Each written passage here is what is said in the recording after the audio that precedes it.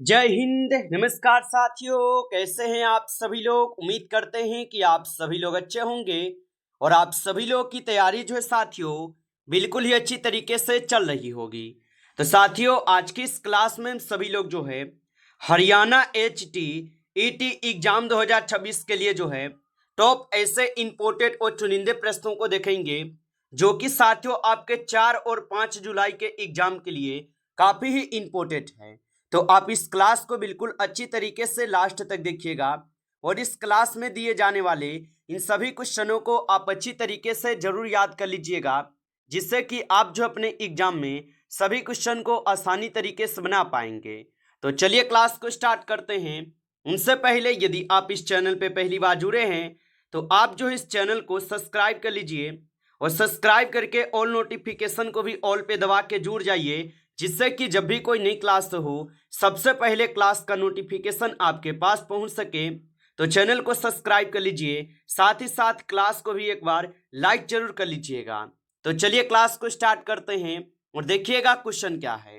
Question है कि उज्ज्वल शब्द का संधि विच्छेद है। चलिए बताएंगे।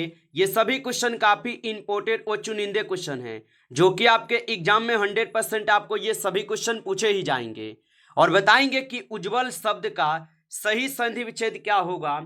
तो यहाँ पे उज्ज्वल शब्द का सही संधि विच्छेद जो है यहाँ पे हो जाएंगे उद्जोर वज्ज्वल। ऑप्शन यहाँ पे बी जो इस क्वेश्चन का सही जवाब है।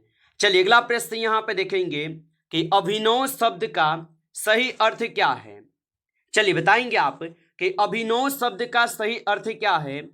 तो अभिनव शब्द का सही अर्थ होता है नवीन। ऑप्शन यहाँ पे बी जो इस क्वेश्चन का सही जवाब है, नवीन होता है। चलिए अगला प्रश्न यहाँ पे देखेंगे कि लज्जा शब्द का विशेषण रूप जो है क्या होगा। चलिए बताएंगे आप कि लज्जा शब्द का विशेषण रूप क्या होगा। तो लज्जा शब्द का विशेषण रूप होता है लज्जित। ऑप्शन ए जो है यहाँ पे इस क्वेश्चन का सही जवाब होगा, लज्जित होता है। आप अच्छे से इनको जो है याद रखेंगे। चलिए अगला प्रश्न यहाँ पे देखिएगा और यहाँ पे प्रश्न पूछा है वह प्रतिदिन विद्यालय जाता है। वाक्य में कालवाचन जो है क्रिया विशेषण है। तो वह प्रतिदिन विद्यालय जाता है, यहाँ पे हो जाएंगे आपके प्रतिदिन जो कि बिल्कुल कालवाचक क्रिया विशेषण होगा। ऑप्शन बी को सही जवाब करेंगे। चलिए अगला प्रश्न यहाँ पे देखेंगे कि विद्वान शब्द का स्त्रीलिंग रूप है। चलिए बताइएगा आप यहाँ पे कि विद्वान शब्द का स्त्रीलिंग रूप क्या होगा। तो विद्वान शब्द का स्त्रीलिंग रूप होता है विदुषी, जो कि ऑप्शन ए यहाँ पे इस क्वेश्चन का सही जवाब दिए गए हैं, विदुषी होता है। आप अच्छे से इनको याद रखेंगे। चलिए अगला प्रश्न यहाँ पे देखिएगा विद्यालय में कौन सी संधि है। तो याद रखेंगे कि विद्यालय में जो है यहाँ पे हो जाएंगे कौन सी संधि। तो विद्यालय में होगा दीर्घ संधि। ऑप्शन डी कीजिएगा यहाँ पे सही जवाब, दीर्घ संधि होगा विद्यालय में। चलिए अगला प्रश्न यहाँ पे देखेंगे और यहाँ पे प्रश्न है कि हिंदी साहित्य के आदिकाल को किस नाम से जो है जाना जाता है। चलिए बताइएगा आप यहाँ पे कि हिंदी साहित्य के आदिकाल को किस नाम से जाना जाता है।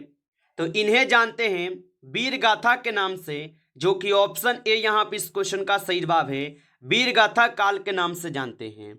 चलिए अगला प्रश्न यहाँ पे देखिएगा 8 क्वेश्चन आपसे यहाँ पे पूछे गए हैं। क्वेश्चन है कि सदैव का संधि विच्छेद है। चलिए बताएंगे आप कि सदैव का संधि विच्छेद क्या होगा। तो सदैव का संधि विच्छेद होता है सदा जोड़ एव, जो कि ऑप्शन ए यहाँ पे सही जवाब है, सदा जोड़ एव हो जाएगा। अच्छे से याद रखिएगा। चलिए अगला प्रश्न यहाँ पे देखेंगे घर का भेदी लंका ढाहे लोकोकित का अर्थ क्या है। तो याद रखेंगे घर का भेदी लंका ढाहे लोकोकित का अर्थ होता है अपना ही व्यक्ति हानि पहुंचाता है। ऑप्शन यहाँ पे बी जो है सही जवाब है। चलिए अगला प्रश्न यहाँ पे देखेंगे 10th क्वेश्चन है कि हिंदी साहित्य के भक्ति काल के प्रमुख कवि कौन हैं। चलिए बताइएगा आप यहाँ पे कि हिंदी साहित्य के भक्ति काल के प्रमुख कवि कौन हैं।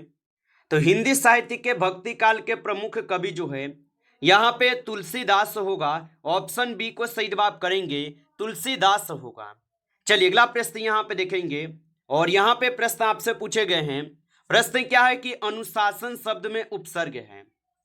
तो याद रखेंगे कि अनुशासन शब्द में जो है यहाँ पे कौन से उपसर्ग हो जाएंगे। तो अनुशासन में अनु जो है ये आप लोग का उपसर्ग होगा। ऑप्शन ए सही जवाब है, अनु होगा। चलिए अगला प्रश्न यहाँ पे है कि चतुर्भुज शब्द में कौन सा समास है। तो चतुर्भुज में कौन सा समास होगा, तो चतुर्भुज में हो जाएंगे द्विगु समास, जो कि ऑप्शन ए यहाँ पे बिल्कुल ही सही जवाब दिए गए हैं, द्विगु समास होगा। चलिए अगला प्रश्न यहाँ पे देखेंगे, और वह प्रश्न यहाँ पे आपसे पूछा कि वह बहुत कम बोलता है, यहाँ पर कम जो है ये क्या है। तो वह बहुत कम बोलता है, यहाँ पे कम जो है ये क्या हो जाएंगे, तो यहाँ पे कम जो एक प्रकार की क्रिया विशेषण होगा। ऑप्शन बी को आप सही जवाब करेंगे, क्रिया विशेषण हो जाएंगे, अच्छे से याद रखिएगा। अगला प्रश्न यहाँ पे दिए गए, लोकोकित का सही अर्थ जो है क्या होगा। तो याद रखेंगे लोकोकित का सही अर्थ क्या होता है। तो लोकोकित का सही अर्थ होता है लोक में प्रचलित उक्ति, जो कि ऑप्शन ए यहाँ पे सही जवाब दिए गए, लोक में प्रचलित उक्ति होगा। चलिए अगला प्रश्न यहाँ पे देखेंगे, वह अत्यधिक तेज दौड़ता है, यहाँ पे अत्यधिक जो ये क्या है। चलिए बताइएगा आप, यहाँ पे वह अत्यधिक तेज दौड़ता है और यहाँ पे अत्यधिक क्या हो जाएंगे। तो यहाँ पे इस क्वेश्चन का आप सही जवाब जो है ऑप्शन सी कीजिएगा, क्रिया विशेषण होगा। ऑप्शन आपका यहाँ पे सी जो है सही जवाब होगा। चलिए अगला प्रश्न यहाँ पे देखेंगे, और यहाँ पे प्रश्न पूछा है कि सत्कार का संधि विच्छेद है। चलिए बताइएगा आप यहाँ पे कि सत्कार का संधि विच्छेद क्या होता है। तो सत्कार का संधि विच्छेद जो है यहाँ पे सद जोड़कार हो जाएगा, जो कि हमारा बी यहाँ पे बिल्कुल ही सही जवाब हो जाएंगे, याद रखिएगा। चलिए अगला प्रश्न यहाँ पे देखेंगे, और यहाँ पे प्रश्न पूछे गए हैं आप लोगों से 70 नंबर, गायक का स्त्रीलिंग रूप है। चलिए बताइएगा आप कि गायक का स्त्रीलिंग रूप क्या होगा। तो गायक का स्त्रीलिंग रूप होता है गायिका, जो कि ऑप्शन ए सही जवाब है, गायिका हो जाएगा। आप अच्छे से इनको जो याद रखेंगे। चलिए अगला प्रश्न यहाँ पे देखेंगे, और यहाँ पे 80 नंबर क्वेश्चन है, हिंदी साहित्य के आधुनिक काल के प्रमुख लेखक हैं। चलिए बताइएगा आप यहाँ पे हिंदी साहित्य के आधुनिक काल के प्रमुख लेखक कौन हैं। तो यहाँ पे इस क्वेश्चन का सही जवाब ऑप्शन यहाँ पे सी करिएगा, प्रेमचंद्र। ऑप्शन यहाँ पे सी सही जवाब है। चलिए अगला प्रश्न यहाँ पे देखेंगे, और यहाँ पे प्रश्न है कि हरियाणा राज्य का गठन जो है कब हुआ था। चलिए बताएंगे आप कि हरियाणा राज्य का जो गठन हुआ था, ये गठन कब हुआ था। तो हरियाणा राज्य का गठन जो है 1 नवंबर 1966 को हुआ, जो कि ऑप्शन यहाँ पे 20 सही जवाब है, 1 नवंबर 1966 को। चलिए अगला प्रश्न यहाँ पे देखेंगे, और यहाँ पे प्रश्न है कि कुरुक्षेत्र में कौन सा प्रसिद्ध युद्ध हुआ था। चलिए बताएंगे, तो कुरुक्षेत्र में कौन सा प्रसिद्ध युद्ध हुआ था।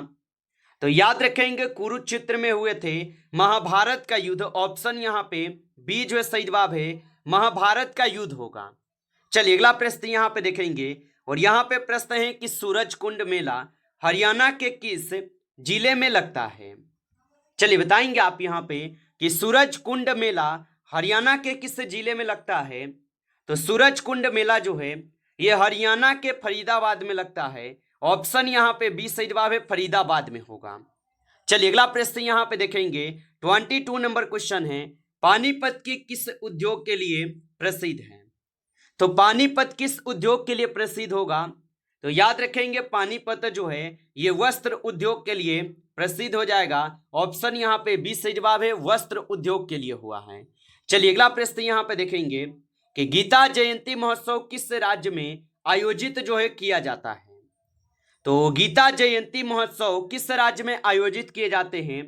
तो गीता जयंती महोत्सव जो है ये आयोजित किए जाते हैं हरियाणा में। ऑप्शन यहाँ पे आप लोग जो है सही कीजिएगा, सही जवाब हरियाणा में ये आयोजित किए जाते हैं। चलिए अगला प्रश्न देखेंगे, हरियाणा का प्रसिद्ध लोक नृत्य जो है कौन सा है। चलिए बताएंगे आप यहाँ पे हरियाणा का प्रसिद्ध लोक नृत्य कौन सा है। तो याद रखेंगे यहाँ पे इस क्वेश्चन का सही जवाब सी होगा, धमाल। ऑप्शन आपका सी सही जवाब है, धमाल होगा। चलिए अगला प्रश्न यहाँ पे देखेंगे, और यहाँ पे प्रश्न पूछे गए हैं, हरियाणा में राखी गढ़ी किस लिए जो है प्रसिद्ध है। तो याद रखेंगे हरियाणा में राखी गढ़ी किस लिए प्रसिद्ध होगा। तो हरियाणा में राखी गढ़ी जो है ये सिंधु घाटी सभ्यता स्थल के लिए प्रसिद्ध होगा। ऑप्शन सी को सही जवाब करेंगे, सिंधु घाटी सभ्यता के लिए प्रसिद्ध है। चलिए अगला प्रश्न यहाँ पे देखेंगे, और यहाँ पे प्रश्न पूछे गए कि 2026 महिला T20 विश्व कप कहाँ जो है आयोजित होने वाला है। चलिए बताएंगे आप यहाँ पे कि 2026 महिला T20 विश्व कप कहाँ आयोजित होने वाला है। तो यहाँ पे 26 नंबर क्वेश्चन का सही जवाब बी करेंगे, इंग्लैंड में। ऑप्शन यहाँ पे बी सही जवाब है, इंग्लैंड में होगा। चलिए अगला प्रश्न यहाँ पे है, और यहाँ पे प्रश्न पूछा है हरियाणा के वर्तमान उच्च न्यायालय का स्थान जो है कहाँ है। तो याद रखेंगे हरियाणा के वर्तमान उच्च न्यायालय का जो स्थान है, यह स्थान कहाँ पे होगा, तो यह स्थान चंडीगढ़ में होगा। ऑप्शन बी को सही जवाब करेंगे, चंडीगढ़ में होगा। चलिए अगला प्रश्न यहाँ पे देखेंगे, हरियाणा के किस जिले में मोरनी हिल्स जो है स्थित है। चलिए बताइएगा हरियाणा के किस जिले में मोरनी हिल्स स्थित होगा। तो ये हो जाएंगे पंचकुला में। ऑप्शन ए को सही जवाब करेंगे, पंचकुला में होगा। आप अच्छे से इनको याद रखिएगा। चलिए अगला प्रश्न यहाँ पे देखेंगे, 29 क्वेश्चन है, हरियाणा के पहले राज्यपाल जो है कौन थे। तो याद रखेंगे हरियाणा के पहले राज्यपाल कौन थे। तो हरियाणा के पहले राज्यपाल जो है यहाँ पे धर्मवीर होगा।